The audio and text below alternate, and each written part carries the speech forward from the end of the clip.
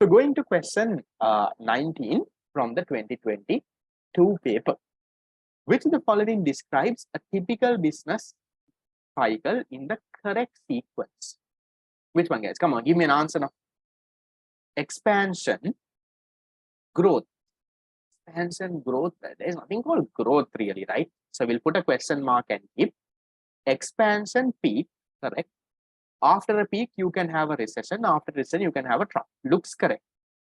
Peak, expansion. After a peak, you won't have expansion. Expansion, recovery. After expansion, no recovery. After recovery only, you'll have expansion. Trough, peak. After trough, you don't have a peak. No, you have expansion. So which one is our answer? Answer number 2. A very easy one. Then the next one.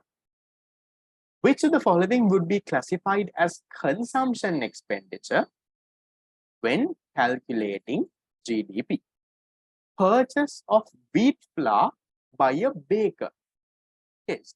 Is that consumption? Now, consumption expenditure is the expenditure made by households for their final consumption. Now, a baker buying wheat flour, is that an expenditure made by households for their final consumption? No, right? Some baker that is intermediate consumption, he might make a cake with that or something, we don't care, right? Purchase of a new computer software for the Ministry of Energy. Now consumption expenditure means household. Ministry of Energy is buying some computer software, can be put under consumption.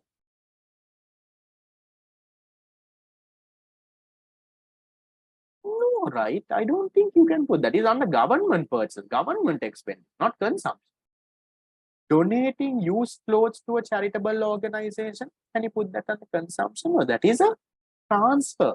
You're just giving, right? So you can't put that under consumption. No. Purchasing 1,000 shares of a public corporation. Forget about consumption. We don't even include that in GDP. Buying shares, you don't, right? Spending 3,000 for having dinner at a restaurant. What do you think? That is final consumption, no? Who spends dinner? Is the business or the government spending for dinner? No, households are spending for dinner. Is it like intermediate consumption? No, you're going, you're spending some money, you eat and come, right? So spending 3,000 for having dinner at a restaurant, this yes can be your answer. Is that okay, guys? Not hard, no? I don't think this was directly there in a past paper. Can figure out, right? Not difficult, no? Okay. Then we'll go to the next one. Okay, interesting question. Suppose a wealthy person, let's say someone like you, okay, bought the holiday home in Nuvarelia. Okay. No, when they say consumption here, you're looking at private consumption. Okay. Suppose a wealthy person bought a holiday home in Nuvarelia, which he or she used to rent every year. Due to this transaction, so a wealthy person has bought a holiday home. GDP decreases by the amount of the holiday home because consumption decreases. Now, when a person buys a holiday home, will the GDP decrease? No, right? How can the GDP decrease? You can't say that, no nonsense. GDP increases by the amount of the purchase of the holiday home because investment increases. Do you think that's correct? Now, let's say, for example, you purchased a holiday home worth 100 million. Will the GDP increase by 100 million? That's what they're saying. GDP will increase by the amount of the purchase of the holiday home because investment increases. Yes or no? Yes, don't you think this holiday home was something that was already built? Are they saying that this person is newly constructing a holiday home? He is purchasing a holiday home and then he's giving for rent later, right? That's fine.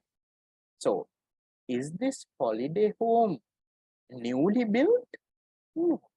So, can you consider that amount that you're paying to buy the holiday home as GDP?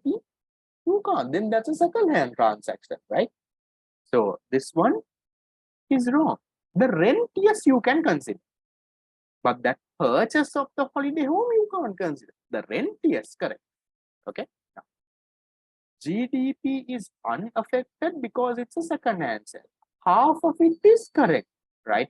Now, for example, now this is a second-hand transaction, so therefore GDP is unaffected. But after that, the rent part can be included. Okay, so this is like half correct. We'll put a question mark and say, remember, you go with the most correct. Huh?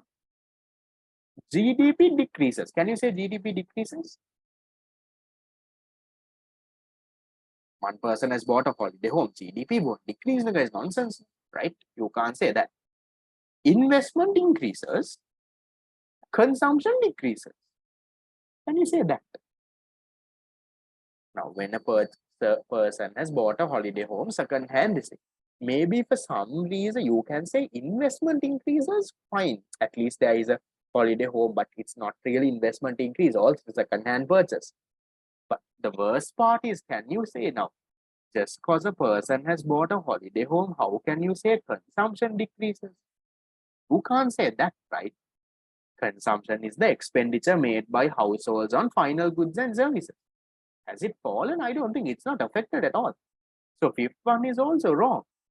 So then when you look at this, third one is the only answer that is left. So remember, your examiner says go with the most correct one.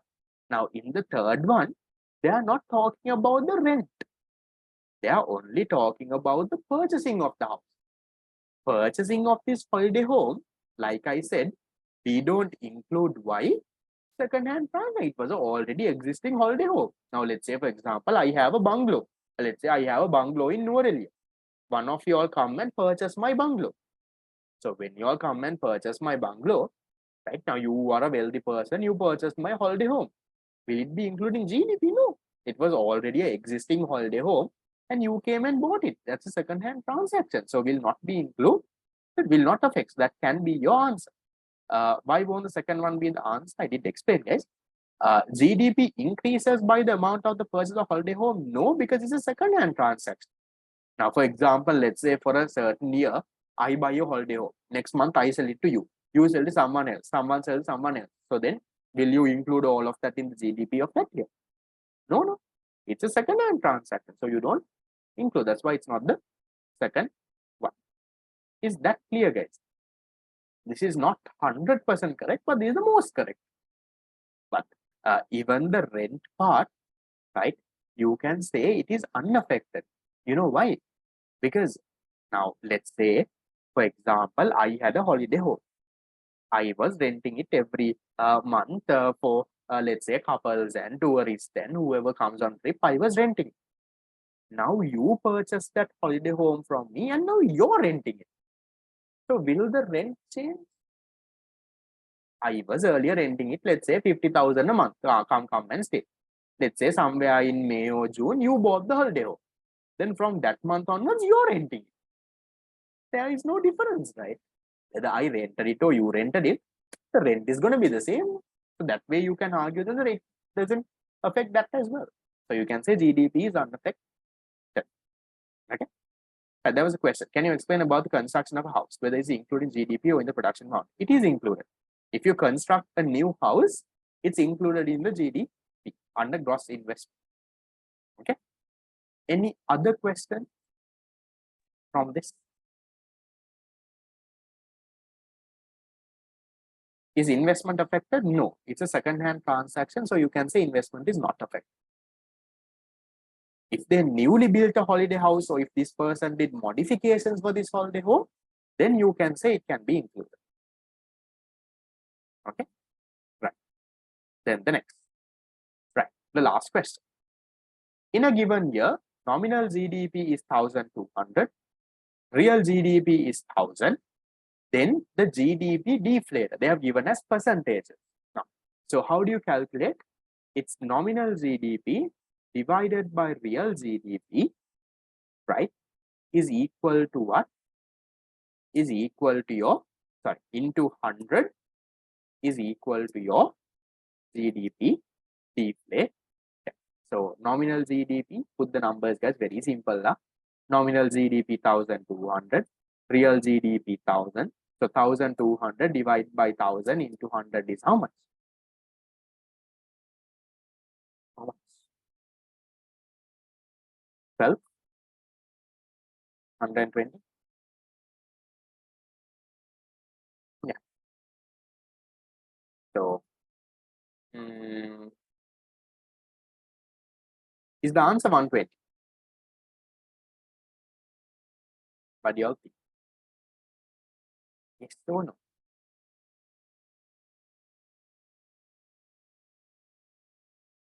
Yes? No?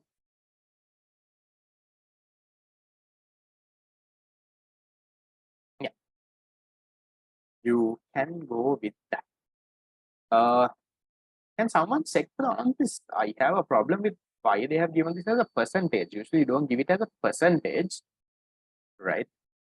The GDP deflator, you give it as a number. If it's a percentage, I have a small question as well. What do you all think? Isn't it real GDP divided by nominal? No, it's nominal divided by real. Yeah, current divided by constant. So current price is nominal GDP, right? GDP at current prices is your nominal GDP. So divided by your real GDP into 100. That gives you the the GDP deflate. Any questions? Yeah. So you can go with 120%, right? So most likely it's not percentages, right? But yeah, you can go with that. Yeah. So answer I'm guessing is 4, right? Check the past paper. It's not 100% correct to give it as a percentage like that. But yeah, given that all of these are percentages, you can go with this. Is that fine, guys? Right? Answer scheme I sent on the group, right? Sometime back. I'm hoping you all read the messages. Right. So answer 22 is answer number 4. How did you all do so far in the 2022 paper? There was question number 19, which was almost easy, nothing at all. Question number 20, I think you could have got that right. 21 was a little tricky one. 22 again was not hard at all. So I think easily you could have got 3 out of 4 at least. At least if you have got 21 wrong, the other ones could have been easy. 19 should have been easy, 20 should have been easy, 22 should have been easy. The 21 would have been the little tricky one. So guys, remember it's like this, right? In your A-level paper, it's natural you will get 1 or 2 MCQs wrong. That's okay. Don't worry about that. Now I'll tell you, I'll give you my genuine experience, right? I was among the top 50 in the island. I got A1 for econ, right? So you have in the detailed results sheet, they give you a breakdown. So A1 is, I think, 93 or more. Okay. But I know in my MCQ paper also, I didn't get 50 out of 50, right? There were certain questions that I also got wrong. And I remember, like I always say in my paper too, I did the credit creation wrong, right? There were certain things that I messed up as well. So that is natural, guys. No matter how much you study, how well you are, okay, how much you study or how well you are, you will make a mistake. You will either make a careless mistake. That's okay. You don't have to get 100 out of 100. No. In your paper to get an A, as long as you have got around 37 or 38, you can get an A. But we'll target for more than that. Usually now, my recent students, I check. I remember there was a student who was the district second. He was there on my flyer also. I remember he telling me he marked his A-level MCQ paper and he had 47 MCQs correct out of 50, right? So 3 wrong. He was actually sad though, right? He comes and says me, sir, paper was hard. I asked him, did you mark and see? And then he says, yes, I marked and see. He was wrong, right? So that's okay, right? That's, you can't get everything correct. That's on that day how you play it out. constant prices and real GDP is same. Yes, the real GDP is GDP based on constant prices, right? You can say it's okay. So right, how do I revise? So the best way to revise is do more and more questions, guys, and logically try to understand without memorizing. The more and more questions you do, the better you will get at it. And I'm guessing in the fast track, the questions that we do should definitely help. And then when we start the mock exam, right, it gets even better because every single week we will be doing a big paper. And just like your A-level paper, every week we'll be doing a paper until your A-level. So you will be proper prepared for your A-level paper. Every paper will be marked and all of it. Yes, the fast track people, mock exam discussion tomorrow, submit your answers by 6 p.m. If you don't submit your answers by 6 p.m., your answers are not going to get marked. This was supposed to be submitted last Thursday. You all have 5 additional days that you all got. If you still can't submit, that is, problem on your end. Can't help. Right. Let me end the recording here. That's the end of the unit 5 MC.